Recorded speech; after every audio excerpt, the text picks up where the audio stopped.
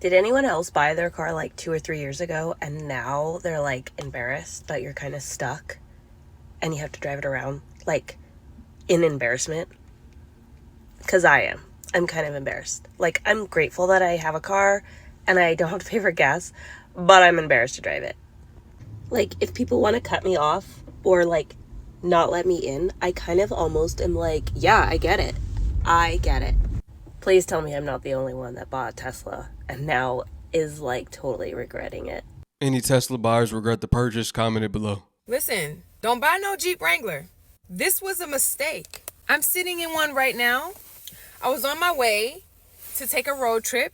Got my whole entire car, my whole entire Jeep packed up, and it starts vibrating and shaking and breaking down on the road. Mind you, I bought it brand new, and it's going crazy on the highway. It's wobbling, and the whole car is shaking. I bought this car, no miles on it. This same thing happened to me 2 months after I bought this car. When I went to go to take it to them, I said, what is going on with my car? It's brand new. I've only had it for 2 months and it's shaking, rattling, and rolling. What's good? When I get to the service department, they're like, what do you mean? What's going on? Explain it to me.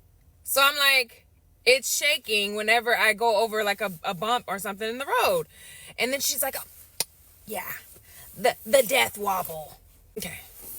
So if there's a name for it, that already lets me know that this is a common issue. You already knew what the hell I was talking about before I started talking. And 3, why are y'all selling this car to people if you know that something's wrong with it? And they got a name for it that quick? Pathetic. So at that moment, I'm thinking, let me go ahead and give y'all car back, was the conversation I'm ready to have, and which is what I was telling her. She's like, no, it's just a common thing. You kind of fix it once, you know the corporate Aaron voice. It's a common thing. It kind of happens once and then we fix it and like things are good. Things are not good because here we are literally a year and it's doing the same thing. So then I go back to the service department and I'm like, hey, I used her term. She gave me the term, the death wobble.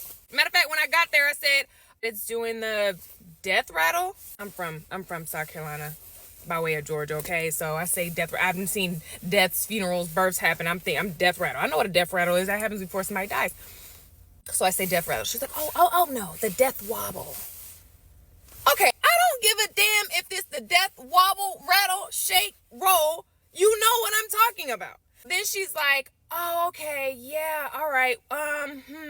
We can get you in January 10th at such and such time. I'm like, it's 2 days before Christmas and I got a road trip to take. You can't get me until January 10th? Of course you can't. You don't give a damn. You don't care.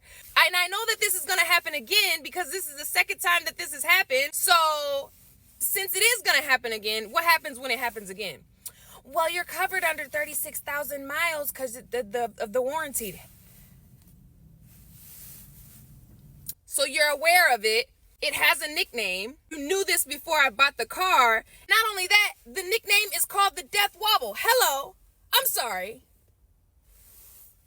I thought I was buying a safe vehicle for me and my daughter. I don't know. At this point, it's a regretful buy. I had a Nissan 2 times in the past. Let me tell y'all something. Nissan ain't failed on me yet. Reason why I'm making this video is because I want to talk to the girl who's about to buy a Jeep Wrangler because you like Jeep Wranglers, because that was me a year ago. And let me tell you something, worst purchase I've ever made. Nobody warned me. When I did my research before I bought this car, I read everything I was supposed to read. It ain't say nothing about no death wobble. I feel scammed out of my money. I had PTSD. Okay, you know what this triggered in me? This triggered in me back when I used to drive a Chevy Cruze and it was old and it was breaking down at the light. And all that I kept telling myself was, yo, I'm going to make enough money to save up enough money and I'm going to get a brand new car. And I did that. I did my part.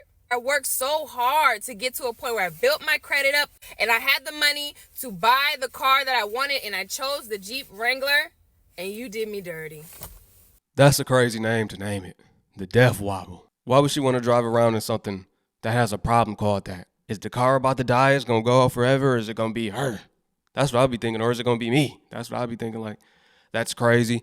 There should be some type of recall. They should have fixed that off the rip. Everybody bring your vehicle in, there's this recall. Instead of just trying to hide it, we trying to hide it for real. We gonna try to downplay it. Then we kind of gonna tell them, hey, you're covered under this amount of miles, da-da-da. But that's not fixing it. That's maintaining it. It's gonna continue to happen. Then what? How do I fix this? How do I have this stop happening? All right? That's what should be done. But they don't really care. They already got the money. They don't care. Once they got paid, hey, we already got the money. Oh, well. This is something that's going on with these new cars. They're all having issues that the manufacturers more than likely knew about before they released these vehicles to the public. It's not a coincidence that all the new cars are having issues. They're building them too quickly. They're getting them out even quicker. Where's quality? What happened to quality? Nothing's quality anymore. Have you noticed that? Nothing in this world. It's all high-priced garbage. Okay, so let me put y'all on real quick. So back during the pandemic, whatever you want to call it, I bought not only one, but two motherfucking high-end luxury cars. I got a BMW and a Range Rover. And looking back, I could really slap the fuck out of myself if I'm just being honest. Not because I couldn't afford it then or now, but because I'm no longer trying to keep up with chasing a look. You feel me? I really wasn't thinking long term when I bought these dumb investments. I'm going to just be honest with you.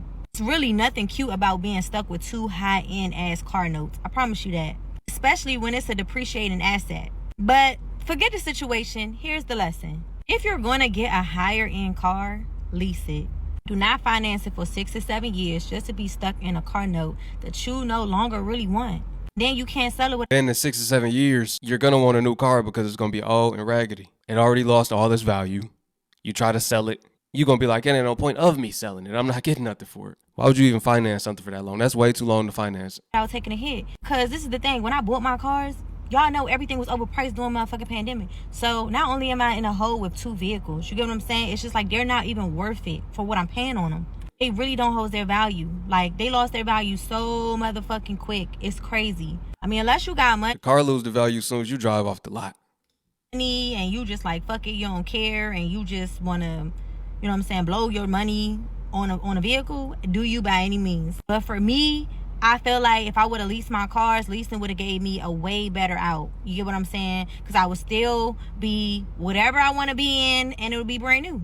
I'm 30 now, so clearly my goals just look different for myself, if I'm just being honest with you all. I don't really care about people seeing me look wealthy. I want to be wealthy. Real assets, real money in the bank, real investments, all that good shit.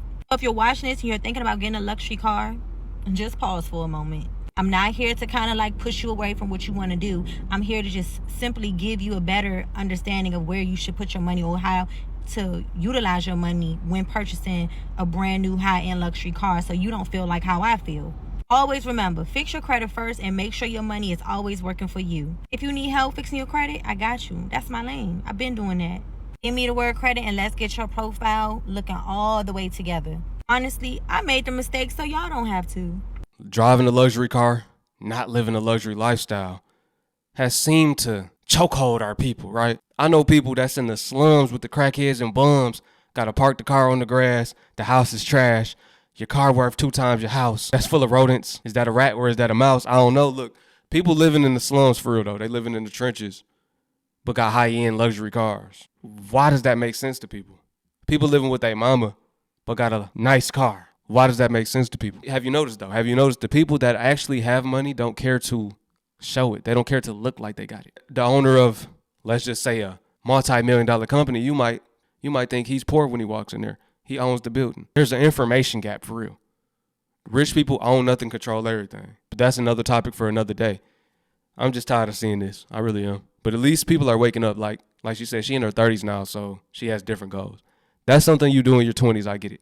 If you're doing it in your 30s, 40s, you have a lot of insecurity. That's what's going on. You're insecure with yourself to want to look a certain way and you're not living like that. You're spending all your money to look like you somebody.